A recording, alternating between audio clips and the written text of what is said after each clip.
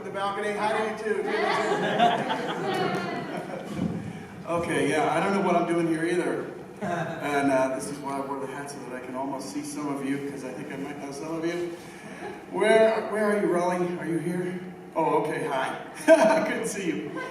But yeah, it's been a lot of fun, and I was always in a lot of bands because I do a lot of singing, and I guess I'm like a stunt singer sometimes. A lot of actors don't sing, and a lot of singers don't act, and I can't do either, so they let me do both. So that's not bad. So I got that going for me. And oh gosh, what else? I made a demo tape. I was in a million plays and everything. I was always in a bunch of bands. I was the white kid. You remember me, don't you? Yeah. And it was just a lot of fun, and at Monkey Hour just basically worked out. I lived in New Orleans for a long time, and moved to California, got married, had amazing kids. One of them is here now, and before we go any further, I want everybody to jot this down or put it in your memory banks or do something or record this. You're all recording this. It's going direct to YouTube and for the masses, right? Okay, so subscribe to Lady Bits the Geniuses on YouTube. And subscribe, and if you're twins, do it twice. And because that's my daughter Raleigh. And I suppose there's something in there, something, it's like I say, a mindset. And please don't ask me how I stay when I do tennis. But, it's not a pretty sight. You just address different parts of your voice. And then they have things like, there's nasal voices that are kind of up here, and they're up in there, and then the other guys are working out there.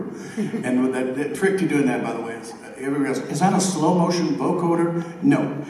It's my tongue touching the inside up here. Go like this with the tongue. Everybody go, can you see them doing? And then start talking. And then lower your voice, and it sounds like something slowed down. Sounds like an old regular. Dude, he's doing it in his head. And you know what else, too? I discovered something when I was 19. If I can hear a note in my head, I can sing it. If I can't hear it, I can't sing it. And I don't know what that does for you. But if you can hear it in your head first, I think all that positive thinking stuff, I think it's probably all true. All that mindset stuff. Everybody's going, yeah, that's true. That's true. So think of being bodacious.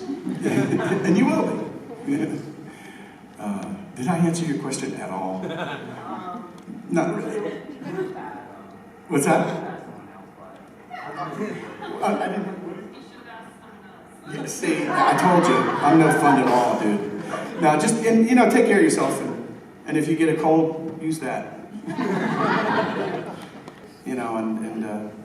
So I'm a happy guy. But, you know what job I want? The next one. I think that's fair. Yes.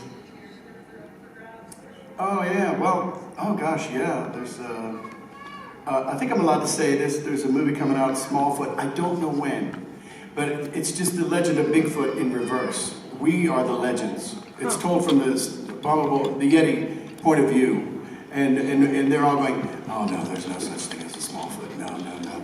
And then finally, one runs into a human being, and he runs away in abject horror, and his feet were so hideously small, and it's one of those. So it's pretty funny. And that's Smallfoot. That's coming out. I don't know when. One called Saba, Heart of a Warrior. Joe Pesci and Whoopi Goldberg, and I'm the token non-celebrity in a lot of movies. That's fine.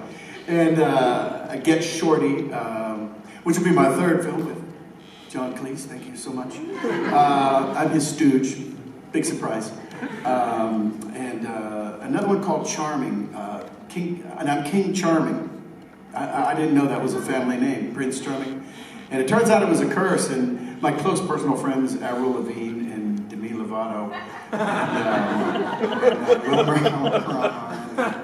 and that really famous girl from Japan. Anyway, but I haven't met her. Oh, my close personal friend.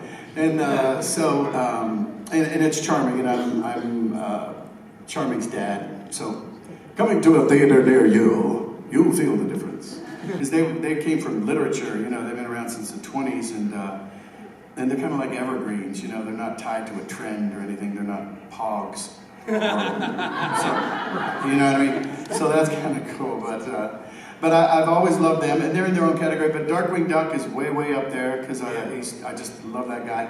And actually I like Hondo Ohnaka from Star Wars, and kind of his precursor, Don Carnage from Tailspin. I loved him, and King Louie because he sings and has a good time. I'll be here all day, won't I? And Ray from Princess and the Frog. He was one of my favorites. I was so happy to get that one. I almost cried because you know, I have a strong affinity for New Orleans, and plus this was the first Disney movie that was set in an actual place, not Mars or Atlantis. You know, New Orleans is fairly real. What? Come on, it is. And my little girl Gracie at the time, she's you know, she adopted me. She adopted us all, and I'm the one that got the deal on that one. And she was the exact same age as Princess Tiana was at the time in the beginning of the movie. She was like 4, and there were pictures of her on the storyboards, and you know, as a child, and this and that. And I remember looking at that, going, "Oh my God!" It was a picture that we took of Gracie, and it looked just like her. It was one of those sepia things where the kid's sitting in a hat box, and it's absurdly cute. And it's in sepia tones, and they had that same thing. This girl's going, "Yeah, I got one of those too." Yeah, it's one of those. I thought, okay, if you guys don't give me this gig, I'm going to sue you because that's my daughter, and we're telling you, you know. And plus, I knew that it was going to come out, and I'd have to get the Blu-ray, and I'd have to hear all them damn songs being sung by Harry Connick Jr., and it was going to piss me off in advance. So I did that one. This is a long story about my favorite character. And it took 6 months for them to finalize, and they said, "Well, we really like Jim, so we won't even call him back until we get somebody else that we like almost as much or as much, blah, blah, blah." And I said, "Oh, great." I said to my agent, "Now freaking Harry Connick Jr. is going to do it, because, you know, the faces, right? And he'll get to go on the Tonight Show and sing a song, and oh, yeah, I'm doomed. And then my agent says, she goes, "Do you remember what you said 6 months ago?" And I go, what did I say? She goes, "About you and," I said, "Harry Connick Jr.? Yeah. It's me and Harry Connick Jr.? Yeah. Shit." So I went in and I gave it another shot. And they screwed up and gave it to me. So I'm very happy about Ray. So he's at the top as well. I think that was like 5. That's a good number. Good characters. Yes. The Force is strong in this one. But I was thinking of a new one, and the next time we do it, I was thinking, and it's just crazy enough to work. I'll try it out on you guys. Because the trick is you have to do a movie that everybody's familiar with the scenes.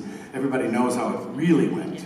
So it has to be like a really famous movie. So I was thinking of the last Batman movie with Christian Bale, with Bane. And it was like, "Oh, Batman," you know. So I'm thinking Tigger Bane. Is that a yes? Yes! Oh, Batman! I don't think so. We don't bounce that way. It's just crazy enough to work. So I think we have something coming to the internet near you. Be prepared to like. Okay. Hey, Jim, I got one more quick question for you. Yes, my friend. When you took over for Billy Fletcher, when you were doing the role for Pete, were you coached? Did he take some time during his retirement, or had he already passed away? No, I got rest his soul. I think he died in the 50s. Oh, really? Yeah, it was like 2 or 3 different Petes, wasn't there? Yes, yeah, that's true. Yeah, there was before. It was like, gosh, it was like a year or 2 before I was in the business. There was a fellow, Arthur Bryant, and I think he did it maybe once or twice. And then a really nice guy named Will Ryan, another voice actor. He did it for Prince and the Pauper. And then they started the Disney character voices. They didn't have that before. It was more like Warner Brothers. It's, anybody do a good Pete? Anybody? You know, and I kind of don't like that. I like hearing the same guy, or, you know, the same thing over and over again. It kind of gives the character integrity.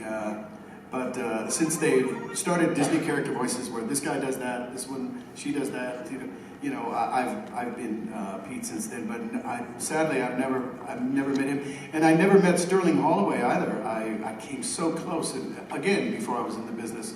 Raleigh's mom and I were in many moons ago in Laguna Beach, where I understand Sterling retired, and he lived there, and I had no idea that I would run into him, and I kind of didn't, but we're sitting there in the booth, right, thinking nobody else was there, and we hear this voice over in the corner.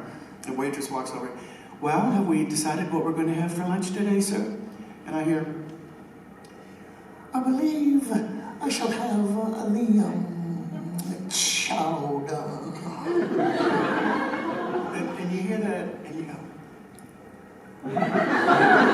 and I thought I'd be cool, so I'd go up and go get some salt off this table over in the other corner, and I walk over there and I look, and there's Sterling Holloway, and he looked like an albino crow.